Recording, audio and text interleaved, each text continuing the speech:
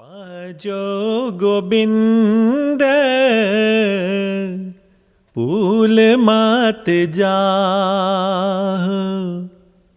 मानस जन्म का एही लाह पाजो Gobind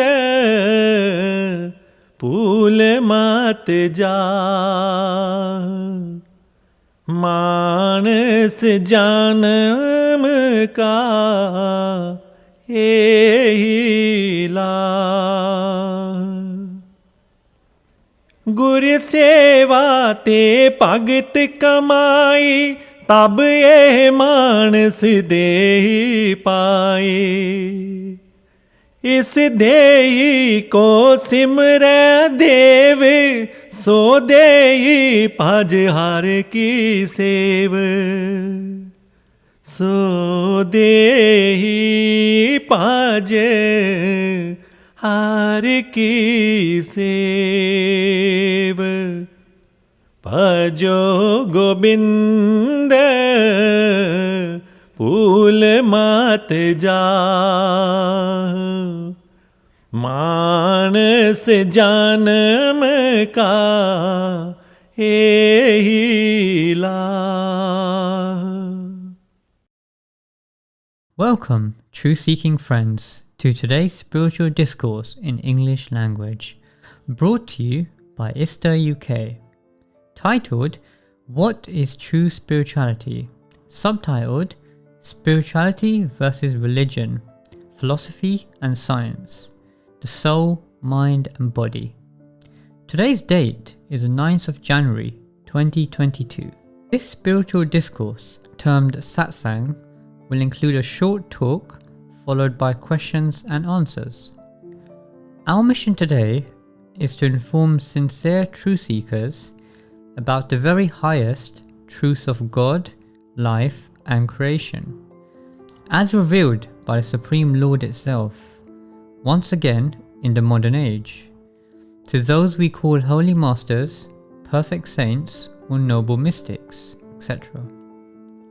These holy revelations, simplified for the modern age, have been lovingly recorded and compiled by the mystic saint with no name, for the benefit of all humanity. The questions that will follow the satsang have been collated from our many subscribers worldwide. They will be asked by ISTAuk's administrator and answered by our main speaker today, who is an advanced spiritual practitioner for over 25 years. Please also note that this satsang is recorded in front of a live audience, so the sound quality may vary. Thank you for your patience. We will now begin the satsang. Welcome everyone. I hope that this next year blesses you all with good health, a fruitful life in spiritual truth, as these are important for true happiness in life. The subject of today's discourse is titled What is True Spirituality? And is subtitled Spirituality versus Religion, Philosophy and Science. Now, for those unfamiliar with the concept of a spiritual discourse, let me explain that this discourse shall be given in the form of a satsang, which simply means associating with the truth. And as this is the first in the series of our monthly discourses, designed to elevate the listener towards higher spiritual truth, we will also have a New Year message for you.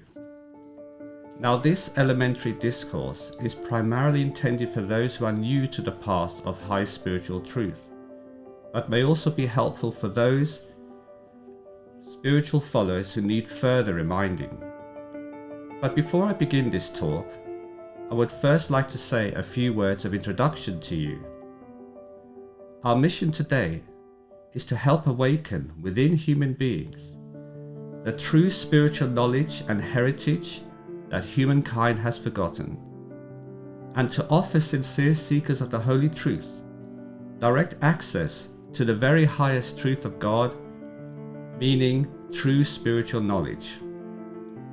For this purpose, we are not affiliated to any science, philosophy, or religion, but embrace the truth found in all.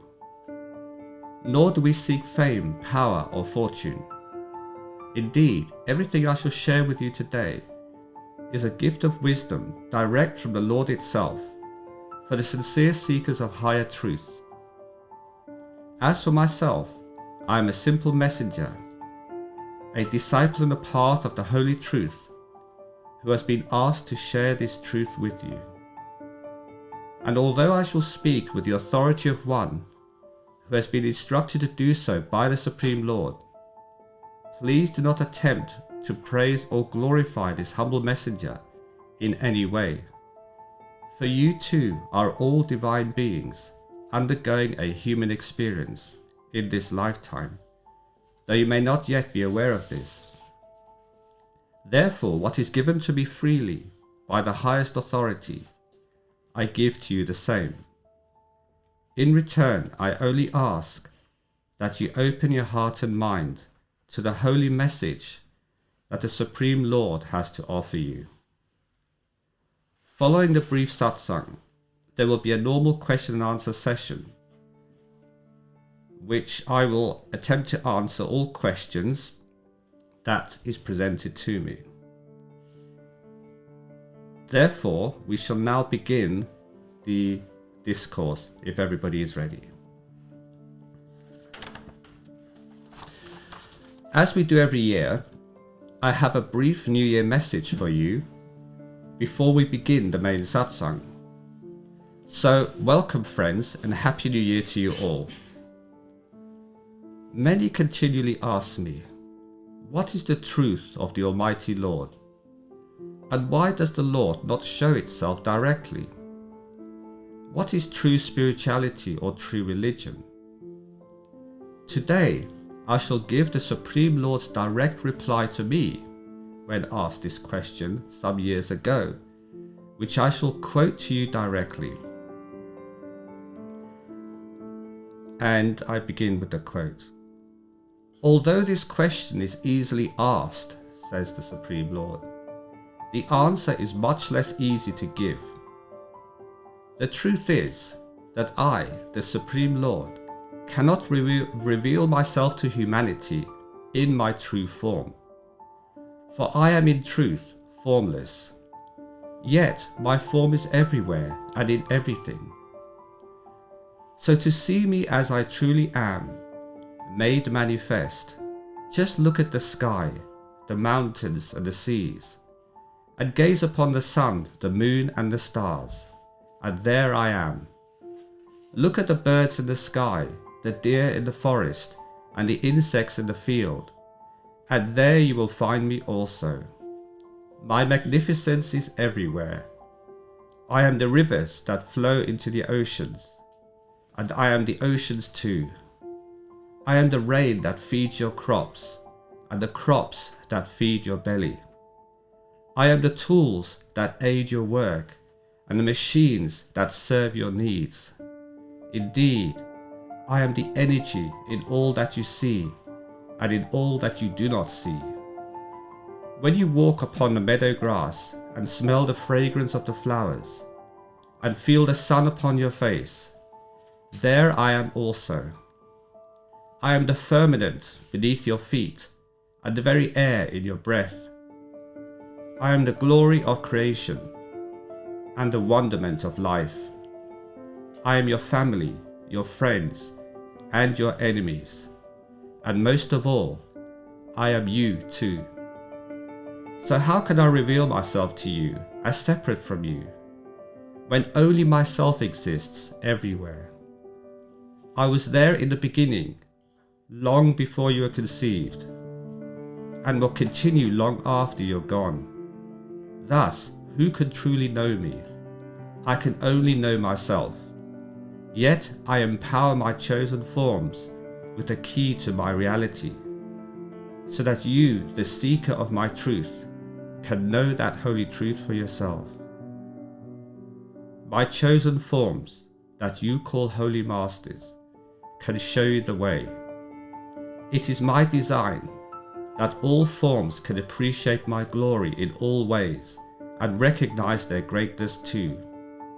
First through separation from my holy truth, and then through a glorious reunion with myself, thus completing the true purpose of manifestation that you call creation." End quote. I always thank the Lord for giving this detailed and practical reply. I hope it helps you too. I shall now continue with the remaining discourse. Thank you. I shall now do a brief talk about the subject of today's discourse, regarding the important subject of what is true spirituality and how does it differ from mainstream beliefs and practices that we see all around us.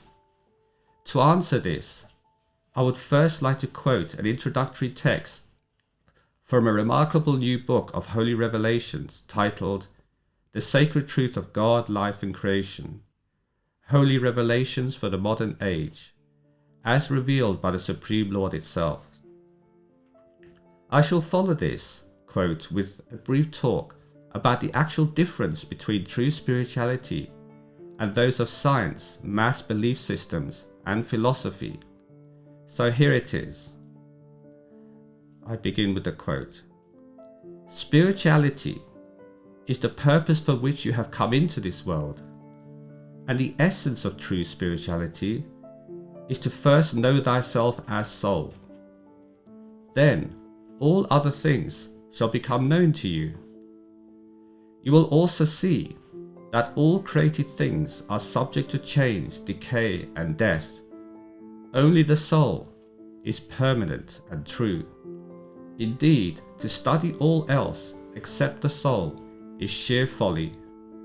For unless you know who you really are, anything else you do in life is of no real consequence, and nothing in life will have real meaning. Understand this also. What is to come will surely come. That cannot be changed. But all this too shall pass away. Therefore, do not concern yourself with worry or useless inquiries. Seek only the truth of all things through holy meditation and truth-seeking silence, with faith in your heart, and all truths shall become yours. Indeed, in granting human birth, the Supreme Lord already knows your worth, even if you do not just yet.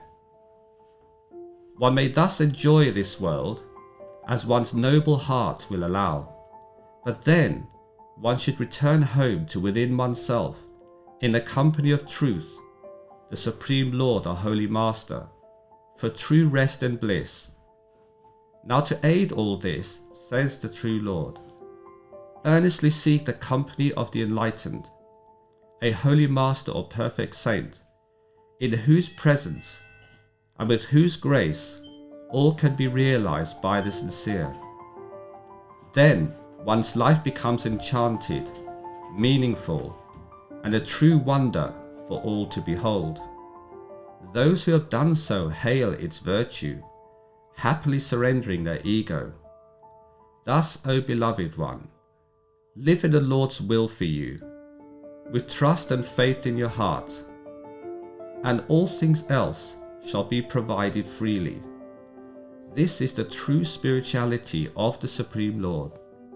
Henceforth, may the grace of the Holy Truth and the Supreme Lord, Almighty God, bless you always." End quote. Having understood the basic truth of true spirituality, I would now like to explain about how to make the best use of our human form via this higher understanding. Thus, my friends, I shall tell you this. The true and lasting happiness you so earnestly seek does not reside in material pleasures, nor in the illusory attachments that you are so fond of today. This is not why you were given intelligent human birth. Yet these things are important to be sure, to help pass our time here on earth, but they do not provide all that we need as human beings. At best, they provide nothing more than fleeting pleasures and mindless distractions in the ocean of struggle and pain that is our world today. Just look around you and try to find someone who is truly happy living this way. All wish they could have a better life or something more. This observation reveals a lot about human needs as opposed to mindless wants. So this is not the road to true or lasting happiness, whether in this world or the next.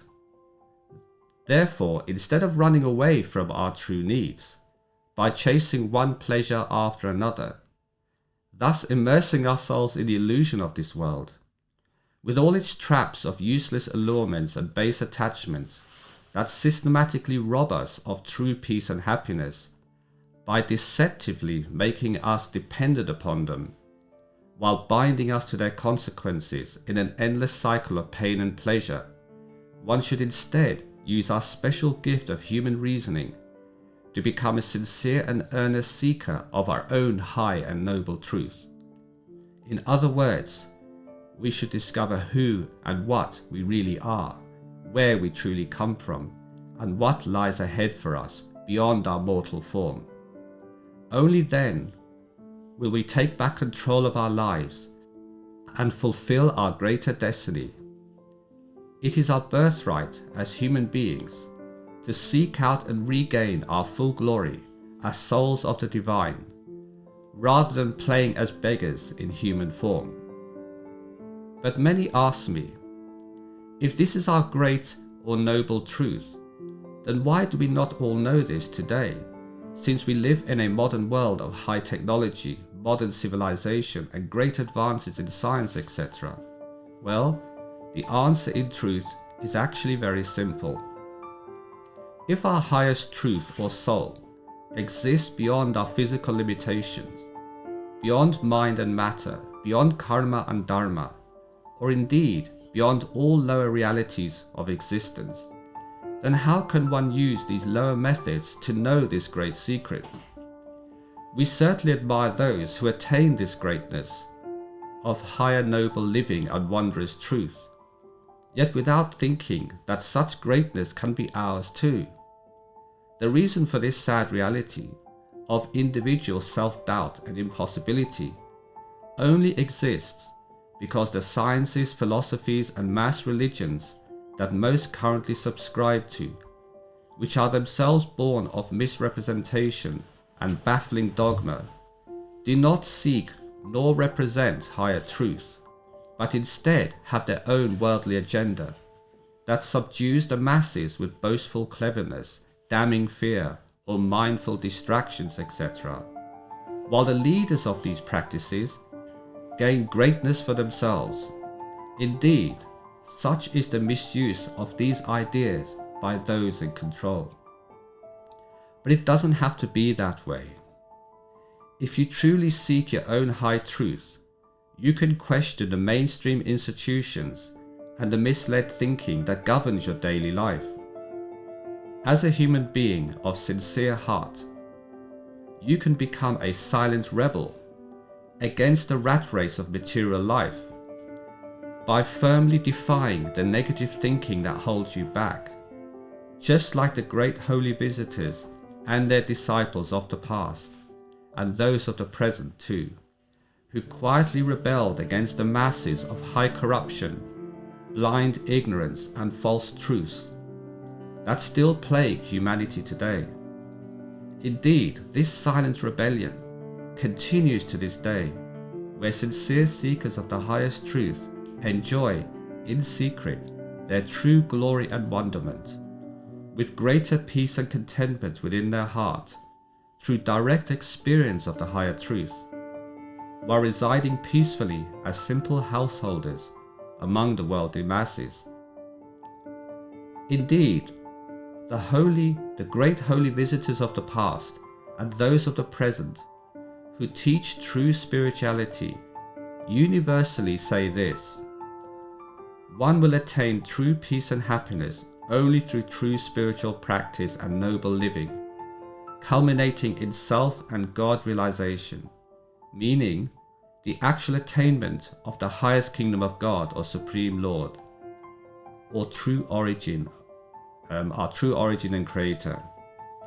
But to do this rightly, after having spent so long being immersed in the material world, one needs to seek a perfect living master of their day, who has the authority and power to open one's inner vision, or third eye as many term it, to higher dimensions of existence, beyond even the fabled heavens and hells of scriptural tradition, or the simple nirvana of mainstream Buddhism, etc., thus allowing access to higher dimensions of consciousness within, whereby one can see all truths for oneself. Indeed, high truth lies within ourselves, readily accessible through the holy meditation, as taught by the great and selfless holy masters, perfect saints and noble mystics in every age, which is also in fact the true religion of the ages, upon which all scriptural traditions are loosely based, though with cultural embellishments. It is further known as the religion of truth and love, based upon the true love of the soul for its own high truth and loving creator, known as Almighty God or true Buddhahood. Now this great secret was only taught to the most sincere and earnest disciples, or spiritual rebels indeed, of the past, though it still continues today discreetly, while the more general teachings or scriptures were and still are offered to the insincere masses in the hope of changing their ways. Therefore, the path of the Holy Masters is the highest path to God realization, yet it is shrouded in mystery, only loosely referred to by the various religions today. It is thus indeed the greatest secret of humanity, unlike anything found in scriptural tradition. Yet, it is readily available to those who truly seek it, meaning the very highest truth of God, life and creation, without any cultural or other impediments, as it is the source of all truths and human greatness even today. Sadly, however, we live in such a material society that now mental health problems are on the increase, and sleeping pills are needed just to sleep at night, while other drugs are needed just to keep us going. Indeed, it seems to me that everyone around me, whether rich or poor, celebrity or unknown, talks about how unhappy they are with their current life, though some more comfortably miserable than others. But the truth is that even if one could rule the whole world, one will never get peace in their heart from such things, nor secure any merit for the great unknown after death. Yet still, they busy themselves with so much stress that they even miss out on the beauty and wonder of life itself. For me, seeing all that makes me weep for them. Where is the real beauty in living such a human life? Where is the charm and glory in it? They just seem to be like busy rats, scurrying from one place to another, chasing one dream after another, or being burdened by so many so-called duties, only to find that disease, suffering and death eagerly claims them. It makes me think of a beautiful quote from Jesus the Christ of the Christian faith, which says this: "How shall it profit a man if he should gain the whole world but lose his soul?" Let me elaborate further. We have become so deeply obsessed with the things that we are not, and have accumulated so much baggage along our journey in creation, that we have forgotten who and what we really are. We have become like sheep following the crowd, yet we complain that we are not heard as an individual. We constantly feel that something is missing in life, despite what we may have or have not, but still we do not investigate further. We instead live in fear of being different. Yet being true to ourselves is what we are here for, not to be a nobody in a crowd of nobodies. We are a glorious soul of the divine, yet we act like a peasant. We think so low of ourselves that how can we ever hope to become fulfilled and happy by living such a life? We are truly vanquished in delusion. The real truth, that is that our bodies, which we cherish so much today, is nothing more than the dust of the earth, a temporary abode for our true self, the soul, which we ignore. Our minds are filled with countless useless thoughts, issues and desires that lead us ultimately nowhere. With all this nonsense, we have little time to think deeply about the real meaning and purpose of life in creation. We never stop to think why most of the universe is actually made up of lifeless material, sparsely inhabited by special entities we call life forms. Do we ever wonder at the marvel of it all? How conscious life comes from unconscious matter. Yet we all know that it is simply not possible to create life from lifeless material. So life consciousness itself must come from somewhere else. That is why we naturally cherish life more than material creation, because we recognize that it is something very special. Now, just like matter has certain functions and importance that science has so far described, so does life itself exist for a reason. Therefore, being alive is very special for us and has a definite purpose. Countless holy visitors to our world, which we call holy masters, perfect saints, or noble prophets, etc., all throughout human history have tried to explain about the specialness of human life, and in particular the human form, yet we fail to grasp this significance because we are too busy scurrying around chasing the illusions we create for ourselves in following the crowd. We have become human animals rather than human beings of the divine, just trying to survive like all the other animals. So, dear soul, what has happened to us that we should identify with such a lowly life? We are at the top of the tree of life, the envy of all other life forms we share our world with, yet we only look downwards. Thus, we remain in deluded misery. In truth, we are all of divine origin, especially designed to find our way back to our true home, which is why no greater form exists on earth as living beings. Therefore, the reason why we cannot find true happiness in this world is because the tendency of the soul, which is our true identity or self, is always towards its own abode of blissful existence in the kingdom of God and not in this material world.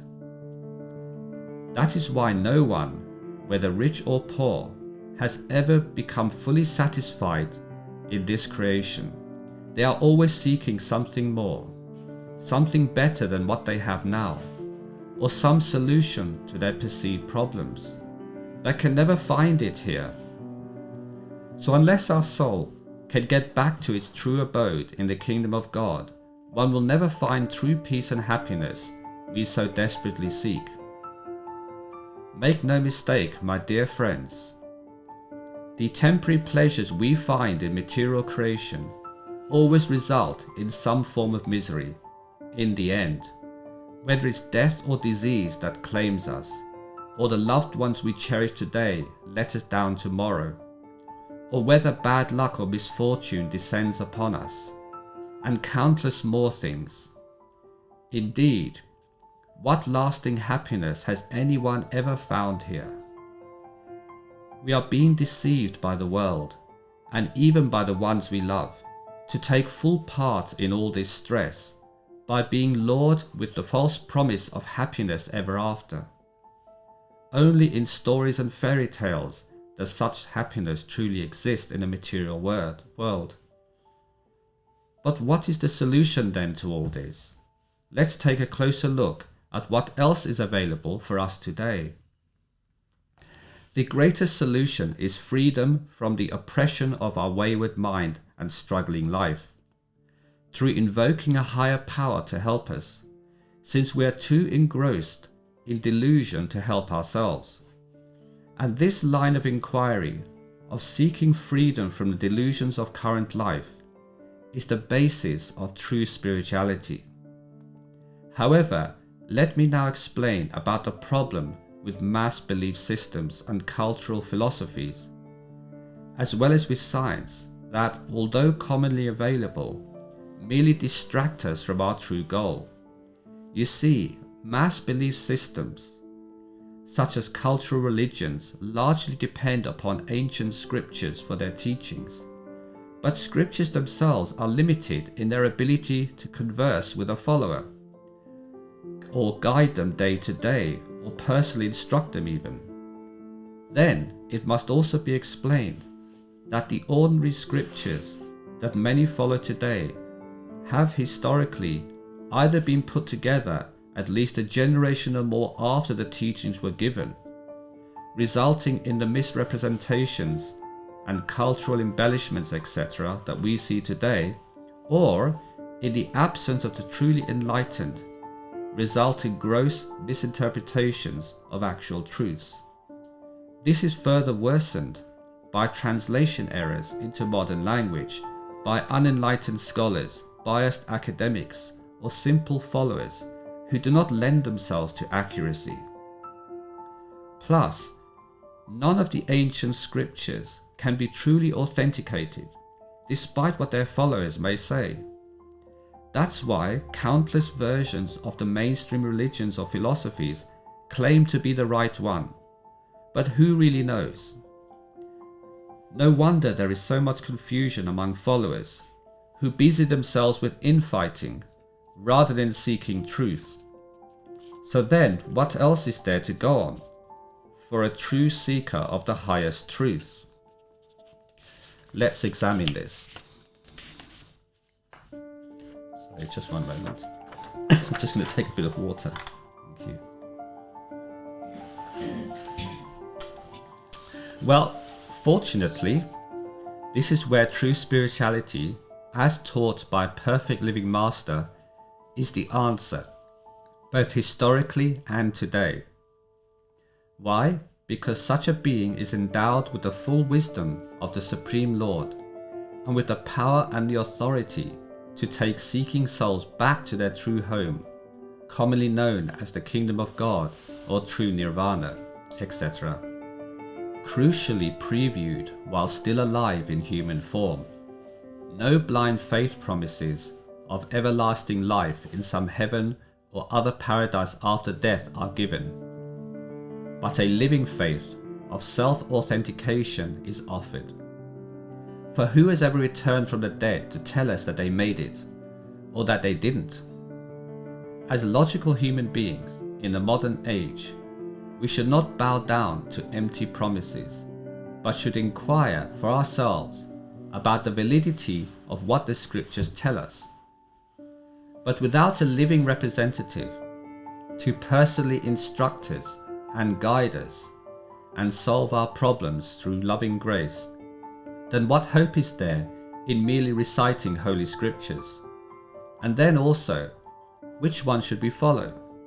It is all very confusing for the average human being to fathom. However, a living representative of the Supreme Lord, who incarnates in every age, discreetly so, they can, as the scriptures say, open our inner vision and show us the way to happiness and truth, while still living a human life. That is why, historically, all religions were started by an actual holy visitor every time, despite the fact that previous ones have come before. If scripture alone could solve our problems, then only one visitor would ever have been needed, to simply leave behind scriptures at the beginning of our time as humans here on earth. This fact proves that we need someone at our level to help us attain the kingdom of God or true nirvana. that the scriptures speak of. Indeed, the holy representatives of the Supreme Lord, termed Holy Masters, perfect saints, or noble mystics, from around the world, universally tell us so, no matter what culture they are born into. In fact, they have no affiliation with any culture or dogma when they appear on earth, for they represent the high truth of the Supreme Lord itself. This is why, after each holy visitor, a religion was set up surrounding their teaching, separate from others. Though human beings, being what they are, historically embellished their cultural traditions upon the noble core of the revealed teachings, so as to claim them for their own. Hence, we have the conflicting religions today, when none should exist. Meanwhile, science can only investigate the workings of the physical, for that is its speciality. It has no knowledge of what causes the physical to happen, where it comes from, or why it exists in the first place. So science is greatly limited in this aspect. Likewise, cultural philosophy is rooted in discussing possibilities, not certainties. Furthermore, it primarily relates to the mind and the state of the world, but never comes to a finite conclusion. Thus, philosophers endlessly debate about the subject without ever reaching a conclusion that is permanent and absolute. So for these reasons, among others, only true spirituality can help us. I hope that is clear for all to see. So that concludes the discourse for today. I hope you found it informative. I understand that there are some questions to answer from our many subscribers and others. So let me now hand over to our administrator. Thank you for listening. Thank you. I've got some questions, but if anybody wants to start, I'm quite fine with that, and then I can add these. So if anyone wants to ask a question now, please do so. No questions from Okay. the audience. Okay, let's begin with the subscribers. Yeah, I'll start with these questions, but if anyone wants to interject, please do so as well. Right, the first set of questions are around spirituality. First question is this: what are the main differences between true spirituality and religion? Well, I think I've extensively answered that in the satsang already, so there's no need to go over all those points again, but thank you for asking. How can we raise our spiritual awareness during our working day? The thing is that if we make spirituality our objective in life, it's the key to our life, then everything we do must support that objective. So then it becomes easy to know what to do to promote that objective, to fulfill that objective.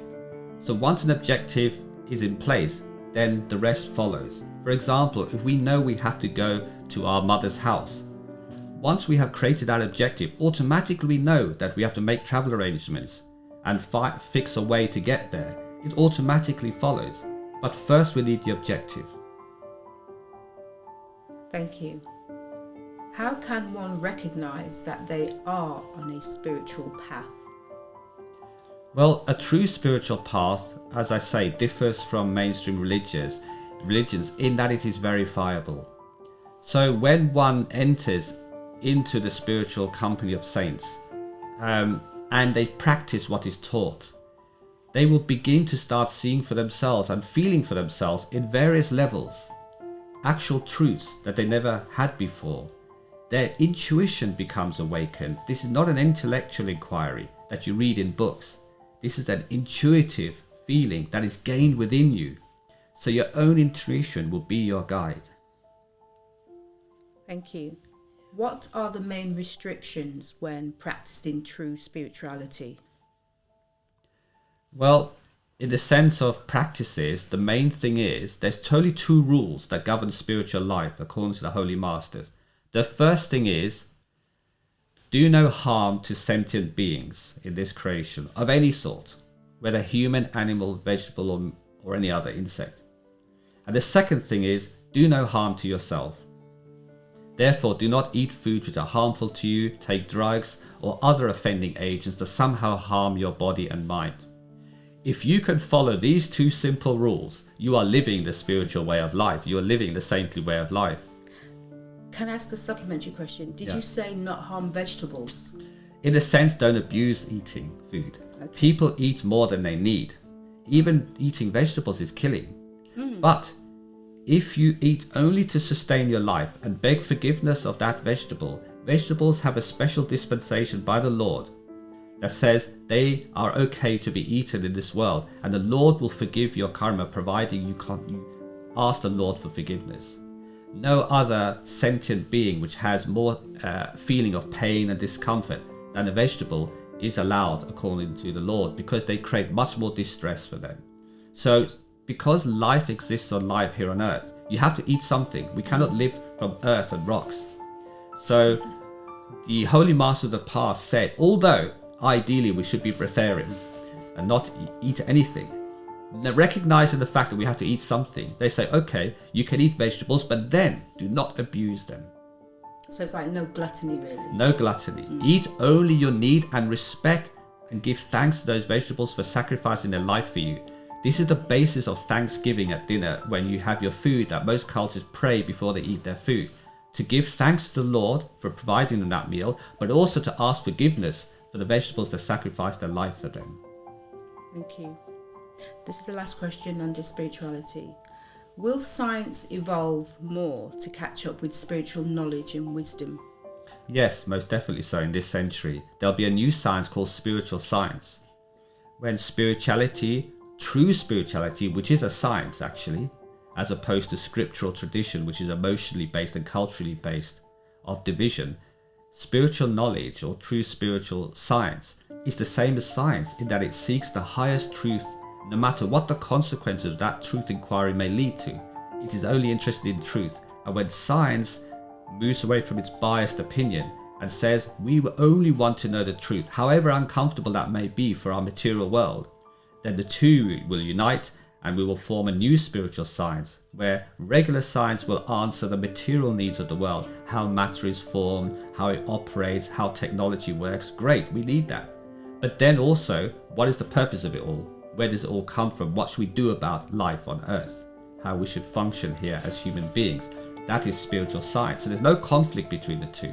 But when the two marry, then it'll be a happy union. Okay, thank you. Right, the next two questions are about masters. Do the present perfect living masters, including past masters, communicate with each other energetically or spiritually? Energetics is a lower form of existence that many people who live in the physical world understand. So they don't communicate at a lower level because they are of a higher level. So they don't need energetics to communicate. We use electricity and we use energy systems to communicate because we don't have any other means. Masters communicate only spiritually. So yes, all masters are one actually. So they automatically are conscious and aware of each other without having to communicate. Are you talking like telepathy? It's more than that. Okay. Telepathy is a lower form of mind communication. Right. Telepathy does not exist in the higher realms. It's a constant and instant knowing. So therefore, there's no questioning or no inquiry at the level of the soul. Automatically, the masters know what each other are doing. There is no, because if one is doing one thing, all the others automatically know the same. There's no question of having to find out or make an inquiry. That type of understanding does not exist at the level of the masters. Okay. So there's no talking really, is there? No. All right, this is the last question under the masters. Masters such as Jesus and some Sikh Gurus were persecuted and killed. Being at the high level of consciousness and vibration that they were, how is it that they were still affected by low frequency vibrational beings and situations that led to their horrific deaths? You see, masters know full well the level of the human mind and the current culture or society they're going to be born into. They do not mind this so much because masters are the embodiment of selfless love, unconditional love. Whether you like them, they love you. Whether you kill them, they love you. Because they know that you are a soul of the divine. They have not come for the human nature, for the mind and the bodies. They come for souls, and all souls are of the divine. So they don't mind appealing to those few in that culture they're born into who are listed on their list as marked souls for the divine. They don't mind sacrificing their life, undergoing persecution and torture even, to help those souls, because they are lovers of the Lord. And if the Lord sends them to this level, they do the Lord's bidding, even if it results in their death. So their way of looking at it is very different to ours. They'd happily surrender their life in the will of the Lord, whereas we cherish our bodies so much that death to us seems horrific. Thank you. Right, the next few questions are about now and the future. Is 2022 going to be a more spiritually uplifting year? Not in particular, but it is each year. The spiritual energy or vibration in this world is increasing by a certain percentage. So as we now progress in Dwapar Yuga since 2012, the spiritual energy in all that we see around is definitely increasing. Therefore, people are going to become more compassionate, more deep thinking. Spirituality will be more of interest to them. People will become more vegan, more conscious about harming the environment. All these things are now emerging as we can see around us, and will continue to progress. Thank you.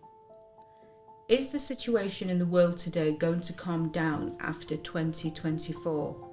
I have gathered from other spiritual speakers that the world and humans would have shifted into a better and more evolved reality by 2025. It's not so clearly cut as that. I mean, there are many, many theories at the moment, hopeful ones and damning ones. You know, some people say it's the end of the world is coming, and they've been predicting that for the last 1,000 years. Others say, Satyug or Golden Age or Wonderful Spirit, it's just round the corner too. Both, unfortunately, are wrong. There is a gradual transition, as I mentioned before, in spiritual progress or evolution of the Earth, just like in any other planet. And we are subject to that.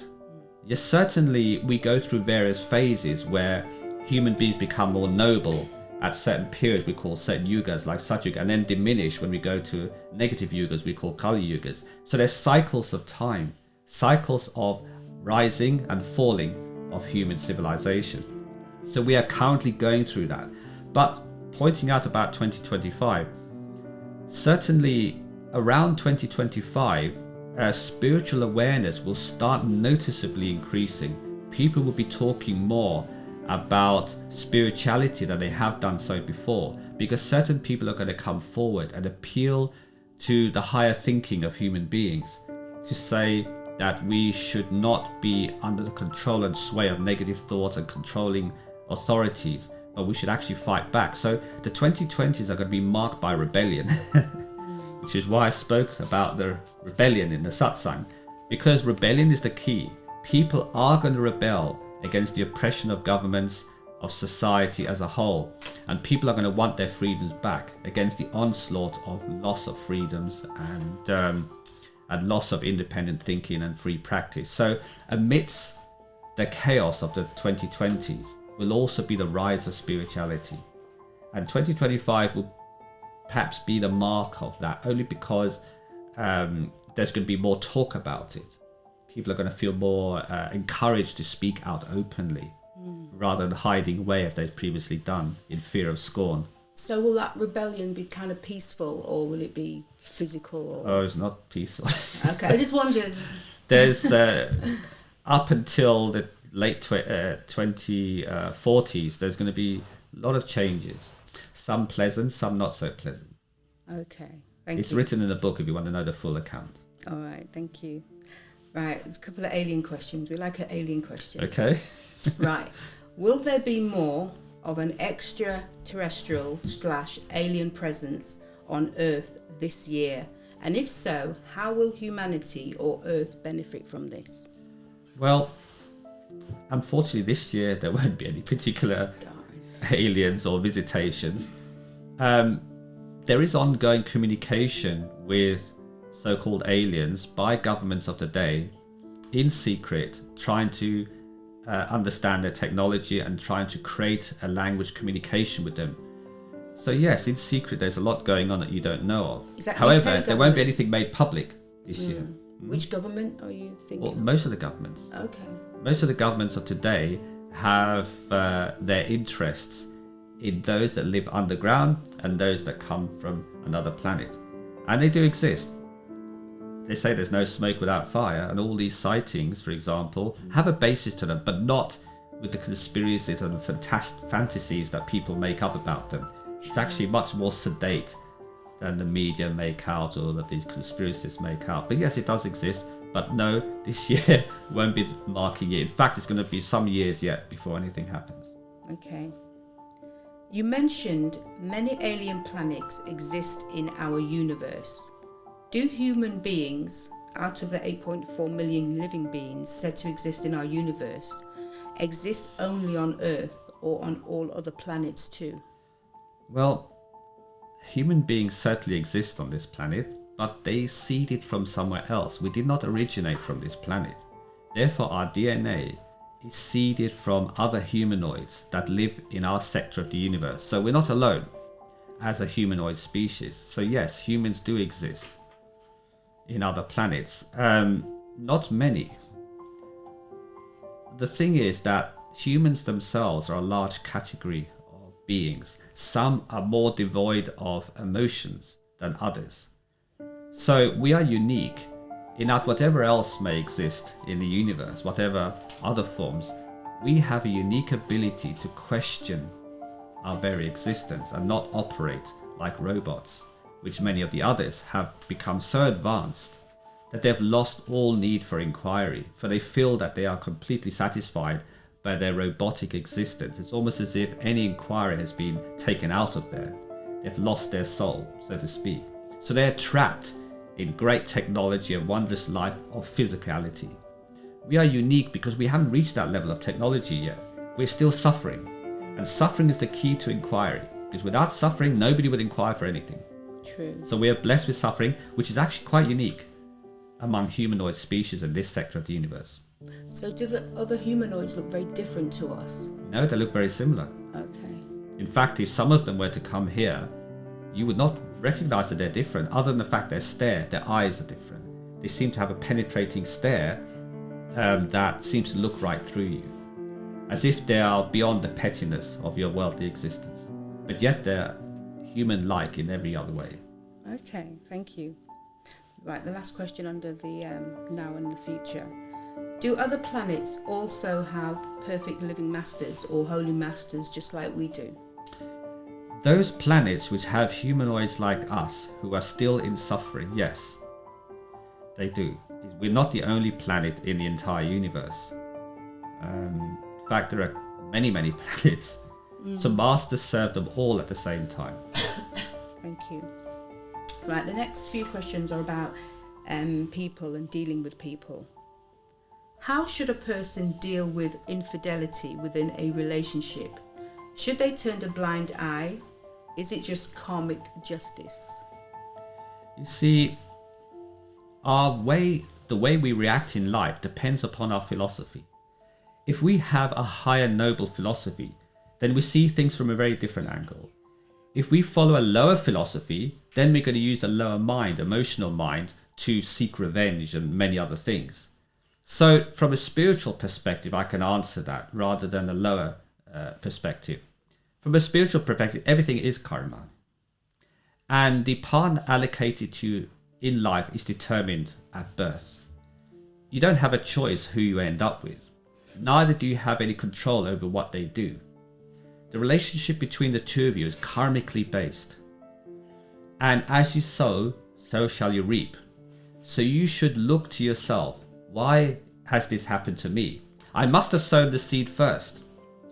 Because the law of justice is such that what goes around comes around, they say. We accept all these sayings, but we do not like to apply it to ourselves. These rules apply to everybody else. We never like to take the blame for anything. We blame the other, always. A better way would be to seek forgiveness and maybe turn it around in our favor. Why should we allow some mistake by the other without any further inquiry to spoil what we have? We often react too quickly. instead of trying to solve the matter and figure out a way around. Because, you know, if we just only fight and kill, then why are we called human beings? I think sometimes people feel so hurt by the infidelity that they react. It's because from they that don't emotion. understand the law of karma. They don't understand why they are here. They take these things so literally, and they don't want to fix it. But don't forget, They want to put their view across above the other person. Why would the other person even commit infidelity if they were totally fulfilled or some other reason? We don't know. Again, making that inquiry solved the problem rather than creating misery and discord. This is how wars begin. People do not talk and discuss issues. They decide to kill each other instead. And there are no winners in such a fate. thank you. Could I just ask a question relating to that, please? Yeah. Yeah, sure, no problem. You talked about karma then. Yes. Is that carried on from previous lives, or is it Yes. solely related to the life that you're in when infidelity was, or anything else was All the happened? karma that you experience in this life has been from the past. The new karma you create now will shape your future. So two things are going on. You're dealing with the karma that you have inherited from the past, but you're also reacting in a certain way, and your reaction creates new karma for the future. So for example, if you meet an enemy and you decide to be like an enemy with him, you will continue the relationship of enemy and foe. However, if you throw love at him and forgive him, say, you can't help yourself, you're just that way, but I'm going to keep away from you, but I'm not going to hold anything against you because that's just the way you're programmed, then you've ended that karma. So how you react depends on your philosophy in life. This is why spirituality, they give certain do's and don'ts, certain rules of spiritual conduct. And one of them is do no harm, even if you are going to be harmed. You do not repeat that harm on others. Just simply step away. Okay, thank you. Easy said than done, isn't it? For But a this lot is of the people. rule of life. Yeah, I know. You see, what other choice do you have? Do you want to enter into a war? If you want a war and fight, there are no winners. Look around you. Nobody's ever happy in conflict. Yeah. I've never seen people in conflict win. True. I've seen people who make up and in love, they win. I see only happiness there, from my personal experience. If you can show me an alternative, I'll gladly entertain it. Normally people just want their ounce of flesh when something bad happens. This is just ego. Yeah, You've I done this know. to me, I'm going to do that to you. Even Yeah. love. They say, I love you as long as you love me. If you stop loving me, I'm not going to love you anymore. That's not love. Love is unconditional. Love is itself the giver. It does not take, it gives. If somebody does not know true love, they can never be happy with love in this life. Thank you. If being truthful will upset someone, then should we just be diplomatic with the truth? At the end of the day, everything is an illusion and not real anyway. That's right. Again, two wrongs don't make a right. If someone has upset you, why should you then go and repeat that process to them and upset them? What gain will there be? Only your ego will be inflated and results in conflict. We already established that conflict is not the way forward to have a happy life. So, the best thing is, as they say, put up and shut up and walk away. And to live to fight another day. Yeah? Yeah. The smart thing to do is to move, unless you can discuss. There's a difference between challenging and asking. You can certainly inquire, but if you see that your inquiry is leading to conflict, then step away and realize that you're not going to win this point and just step away from it. Sure. I think you've answered this, but maybe you could elaborate. Should we forgive others when they have upset us? At times this is difficult. What are the best tips to move forward? Naturally, forgiveness resolves conflict. Again, we want to keep out of a conflict situation. We do not want to instigate a war, whether it's at a personal level or a global level. So therefore, forgiveness with understanding is necessary. You cannot forgive unless you understand. There's no harm in inquiring, saying, please, why is this the case? Hear their point of view. You may disagree with their point of view because they have a different way of looking at things. And people operate mostly selfishly. But you being the bigger person to say, okay, I understand now why you've done it. That's put closure in my mind. But I forgive you because you cannot help but do otherwise, because that's the way you are. But I will also withdraw from this occasion and step away again. Not abandon them, because that might be your family member. You still have your duty to perform, but you step away just enough to be safe. Okay. Just want to add something. Does Yeah. it also give you merit points if you? Naturally, if you Yeah. behave in a noble way when tested, you know, scriptures are very fond of this testing thing. Let's see, you're confronted with a situation, how will you react? Are you the noble human being you claim to be, or are you a miserable sinner like the others? So, these are all, you could say they're tests, and religions talk about these all being tests in life. Actually, it's just karma. But yes, how you react creates the character and the karma of your future. So if you react nobly and well, your life as you go on will become smoother and better, because the Lord gives grace upon you. Merit, it earns merit, and merit gives grace. So it's in your interest also to behave nobly. Okay, if you know that and you say the right things, I forgive you. But deep down, there's that little bit No. of... Saying doesn't matter. The feeling must be there. Right, Intention this must is be where I there. was coming from. Yeah, if you're still You holding must a little... understand what you're saying. Yeah. You don't just say it. You must understand it and believe it. Otherwise, what use is there in it? Yeah. You could fool yourself for a time being and maybe others, but not for long. Your actions will betray you. Okay. Just thought I'd ask. That's all. Right, next one. Does everyone have a soulmate? And how do you recognise your soulmates? This concept of soulmate comes in two parts. Humans have hijacked most spiritual terms to mean something different. So I'm going to talk about it from 2 points of view. First, a real soulmate are those souls who descended with you when you left Satgurus into this world as a group.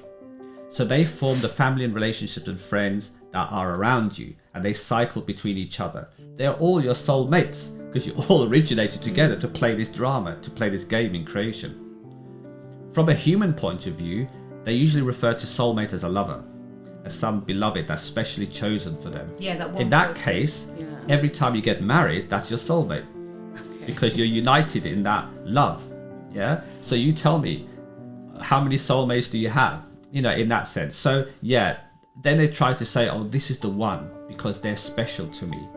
It's only special at that time. The moment that person lets them down, they're no longer your soulmate. They're no longer special. That is the nature of humans. They operate so fickly because they don't have any underlying philosophy in life. But I thought soulmate was... I know what you're saying about, you know, your lover and what have you, the person you chose to be with. I thought it was more deeper than that. Like there's like a connection. People try to say that because they're Yeah. using their emotions. When you use your emotions to try and describe something, you're always going to be in trouble. Because emotions are a very lower form of practice and are very, very moody. Yeah? We don't have moody intelligence. We don't have moody spiritual thinking. We have moody emotions. And if our emotions go negative, suddenly that soulmate becomes our most worst enemy. Yeah. And many people say, oh, I thought they were my soulmate, but now they turned out to be my enemy. Because they don't understand what a soulmate really was. So the human interpretation, like I said, of things is always based upon their emotions and their lower thinking. That cannot be relied upon. But in reality, soulmates are those who descended with you at a time when you came all together to fulfill this drama. Because you need a group to make a drama. A person on its own cannot. Sure. And these people are the ones who cycle around you all the time. Sometimes they're your mother, sometimes your brother, sometimes your sister, sometimes your dog. So it could be friends as well as Friends, family. relatives, Yeah. all the people you associate with are determined from the beginning of time. You will never meet anyone outside that group. You will never associate with them. For example, there are 7.5 billion people on this planet. Most of them you have nothing to do with. Only a certain number of people, maybe a couple of hundred or more people, depending on how large your group is, you will have some association with, whether it's simply a work colleague or whether it's more closer like a family member. But these associations are all part of the drama that is created to surround your experiences. So each one is playing a role in this drama, and that role changes from life to life. So let's say you're married to somebody. Next time they could become your brother or your sister in the next life. Or next time they could become your friend. There's not set in stone the relationship between people. So this is where the human concept of soulmate breaks down. But in spirituality, soulmate makes much more sense because it's people you associate with from time immemorial until you end. Right, okay. Thank you. Is going with the flow the best way to deal with any situation, as ultimately nothing is in our hands? Well, of course, if the Lord is the creator of the entire creation and you're playing by his rules or her rules, then what else can you do than go with the flow? If you try to do anything else, you're going to come to grief. So logically, yes. And the Holy Masters all say, live in the Lord's will for you. Thank you. Is it always best to be independent and not rely on other people too much? Of course, the idea of growing up and being a human being is to stand on your own 2 feet. We cannot all be burdened to others. If that was the case, nobody would work in industry even. We have to earn our own living, stand on our own 2 feet, raise our own family. We can't cling on to our mother's apron strings all our life and expect her to provide for all our needs. So logically, yes. Thank you. Do all of our karmas have to be paid back before we go home, or just a certain percentage of them? No, this idea is based upon some philosophies like in Hinduism and Buddhism, where they feel that unless you clear your entire karmic account, you cannot go back home. That's not true, because the karmas are endless. Where was the karma when you first came into this creation? When you first came to it, there has to be a backstory that accounted for all the things you met in this life. After all, you are pure, karma-less being in Satgurus, in Satlok. So when you descended to this level to take part in the human drama, where was the karma then?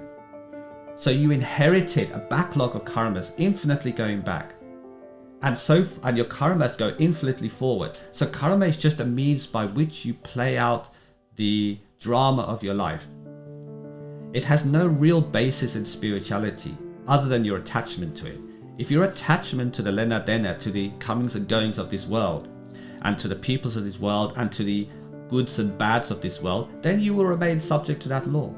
But the moment you rise above that law, then you are no longer subject to karma and it doesn't apply to you. So when the time comes and the rescue plan is engaged to rescue you out of creation, like Jesus said, I have come to pluck brands from the burning. He never took righteous people. They were all sinners before they met him. But there were times that they were seeking sinners. So their time was to leave. If he had to wait around for somebody that was perfect, he would have been there all day. He would not have even one disciple. So it's not that you have to be perfect. You just have to be a seeker of the highest truth for a master to save you. And once you're saved, you're pulled out of the karmic realms and there's no more account. Okay, thank you. I've got 2 more questions, everybody. So if anyone's got any questions, obviously you can interject as well. Why are so many people, especially youngsters, suffering with depression? Well, I've partly explained that in the satsang. It's because, unfortunately, they are human sheep. They are herd followers. So if other people are in a depression mode or complaining, they tend to join them. Even sometimes they don't know what they're depressed about. If you ask people, what is the raw cause of your I don't know, I just feel depressed. I said, well, have you got food in your belly? Have you got roof over your head? Yes, I have, all these things. So why are you depressed? Because my neighbor is wearing a Armani suit and I've only got a Primark one. I said, so that's the reason for your depression. Or I'm on low wage. My brain surgeon friend is on higher wage. Or many other things. We create depression because of our wants, not because of our needs. Our needs are basic. The moment we up the want game, we want the latest iPhone or the latest computer, and we can't get it, we start getting depressed. We start thinking we're a failure. So the society we live in fuels that because it's a commercial society. So if we subscribe to it and follow it and believe in it, then we're prone to depression.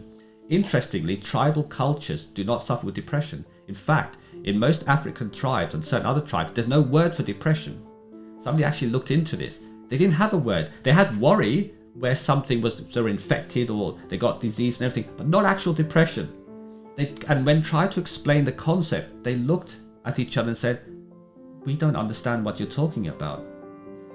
Because they're practical. Yeah, they live on basis of survival and getting on with things. They don't aspire to be something they're not. They don't see the plane in the sky and say, I want to be on that plane. They don't see a radio and say, I want to have that radio more than my family. No. They know their values. So how does what you're saying fit in with people who've got like mental illness? Mental illness is different. Depression is usually acquired. Mental illness, some people are born with mental illness, that's their karma. That's a totally different game. Depression is something different. Depression is something that's avoidable. Mental illness is not. Okay. Right. This is the last question now. Okay. If the mind is a source of illusion, how do you know, for example, when I get an intuition feeling, for example, that is not from my mind, but it's from my soul? You see, the mind operates in time and space, the soul does not. So when something is a gut feeling, instantaneous, and makes no logical sense, does not involve any thinking, that's intuition. The moment it's analysed, thought about, or comes into the realm of mind, in time and space, there's a time lag in it, then that is of the mind. And eventually, as you practice spirituality, you'll learn the difference more and more. You'll recognise it more and more. Okay, thank you. That completes our talk for today. We hope you found it helpful. I would like to thank our main speaker for spending time with us to deliver this satsang. If you want more information about ISTAuk UK or about any of our other centres worldwide, please go to www.istauk.com. Consider subscribing to our newsletter. You will be kept up to date with the latest news and information service that we humbly bring to you via the Lord's grace. You will also get the opportunity to ask our main speaker and others any spiritual related questions you may have. Thank you for listening. We look forward to bringing you another satsang next month.